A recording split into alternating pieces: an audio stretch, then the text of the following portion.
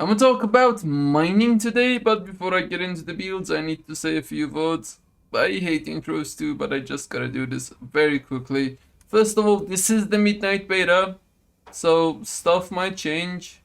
We are mere weeks away from the early access, and I don't necessarily think anything will change at all. But I gotta mention that at the beginning of the video. Therefore, if anything does change, I will inform you guys. And on that note, please subscribe to the channel, that way you won't miss a video and I would appreciate it greatly. Let's get into the builds. I want to start the video with the safest build possible, because in my opinion, any point that you spend in any of these three specs will profit you in one way or the other. There is no wrong choice. There's just the matter of how much you're profiting from that one knowledge point spent. Therefore, this is the safest build. Just be warned, if you don't want to risk anything, this is the build for you. And you will start it with the meticulous mining, regardless if you're doing this on your druid or you're doing this on any other class. You want to max this one out first and unlock this one first, because it will give you one vigor when mining midnight deposits. I am aware that people debate the fact that you don't need the ability to farm while mounted if you're playing a druid, and they are kinda right. So if you're not sure, just don't take the last 5. But I strongly believe that you should get the meticulous mining first, not only for the vigor, but for the bonuses.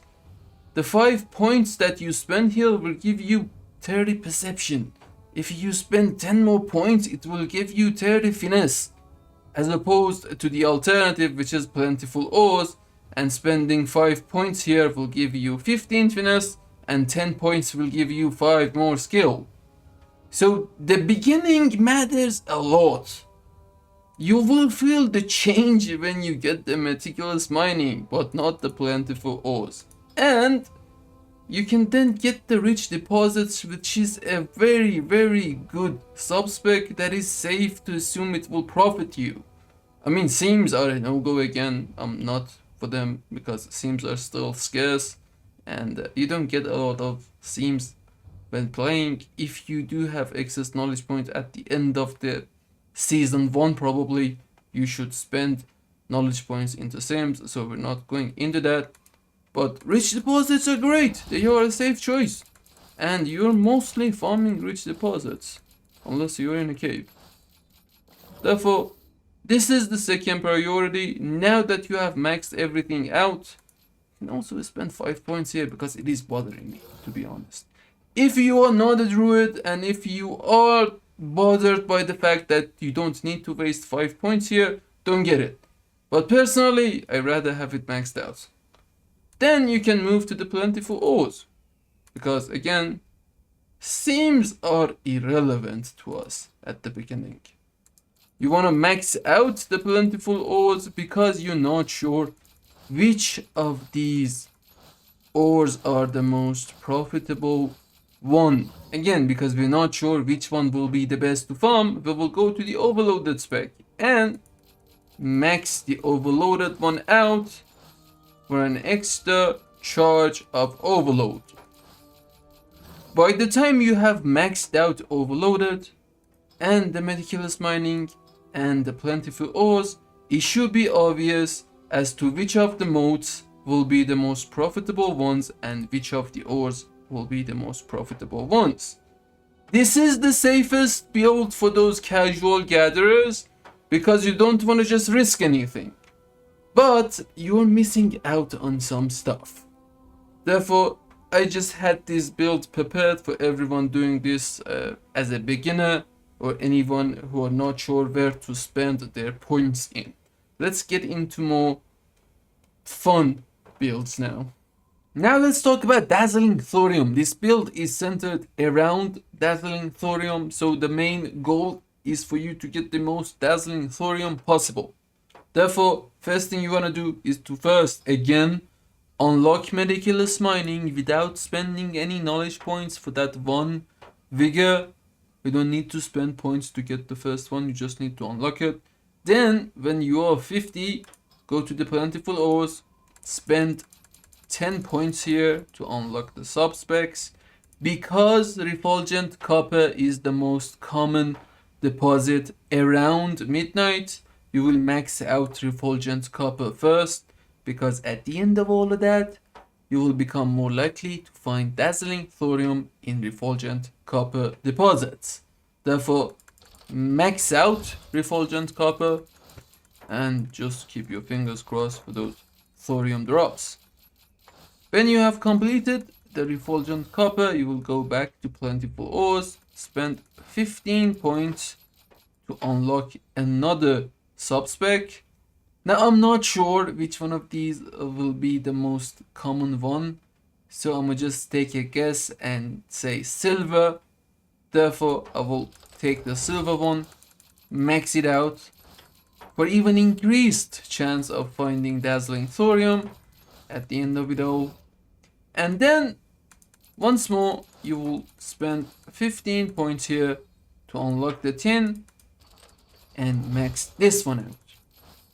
Again, this is a risky build, so be prepared for messing the build up, because dazzling thorium might end up being a cheap reagent because everyone is going for it. Therefore, this build might quickly fail. But this is the best build to have to farm dazzling thorium, so either make an alt for it or get it at your own risk. After you have gotten all of the last perks on these 3 subspecs, you can max out plentiful ores and now move on to either overloaded or meticulous mining. Personally, I recommend meticulous mining because it will give you increased chance of finding those thoriums. Therefore, just get the meticulous mining, then get the rich deposits. The dazzling thorium build will look like this. So 40 points here, 35 points here, and you need to max out plentiful ores for all of the dazzling thorium drops. Therefore, it is a huge commitment, but this is the best build for the dazzling thorium. Then you can move into other builds with your excess knowledge points. It is possible to make a build around overload, but personally I don't recommend it, because I don't think overload by itself is enough. But this is my opinion, it's completely up to you.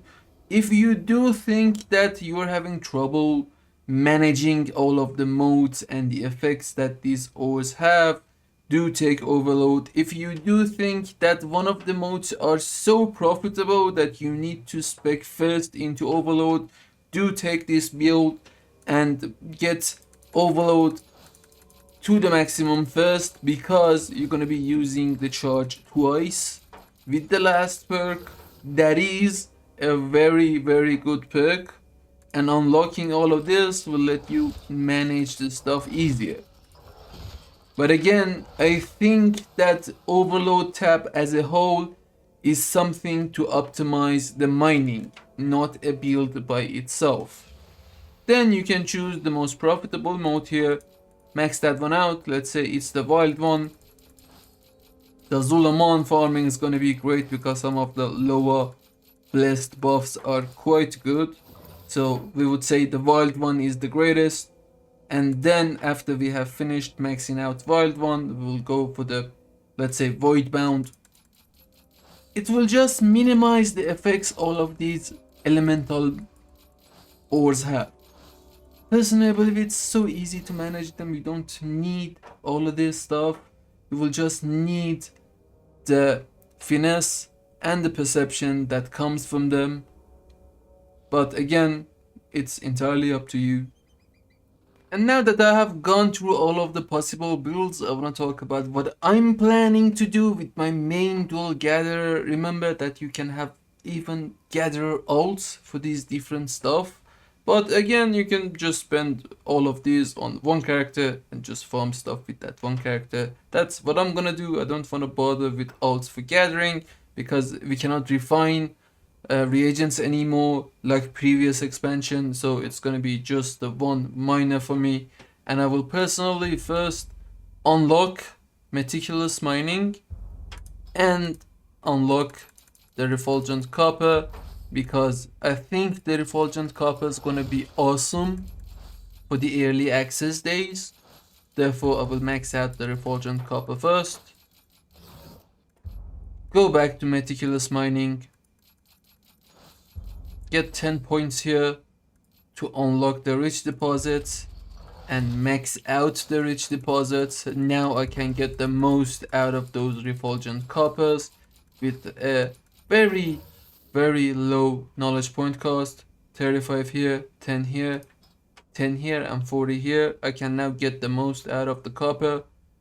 After that, I will return back to the Meticulous Mining and max the Meticulous Mining because I want the skill, and not getting these 5 will just bother me, so I will just get them. I will go back to Plentiful Ores, max out the Plentiful Ores to get the most skill.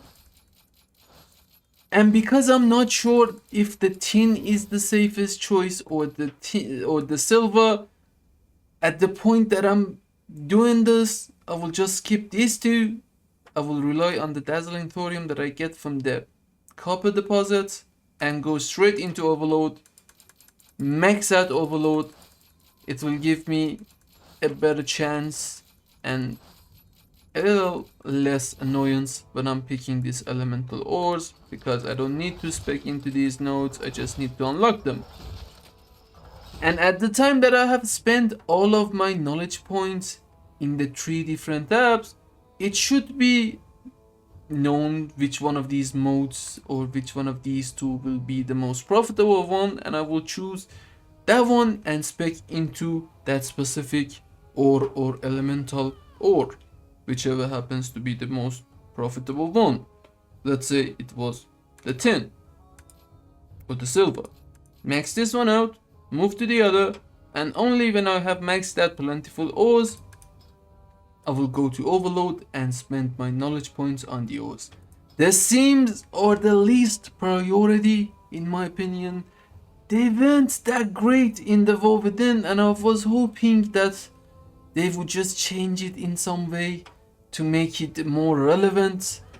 But in a few hours that I spent mining in the beta, I wasn't really impressed by their availability. Therefore, I'll be just leaving them out, and I'll be doing them as the last thing I do on my dual gatherer.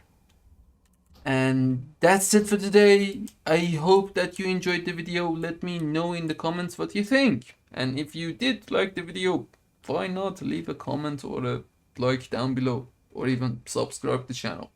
I will see you in another one. Bye bye.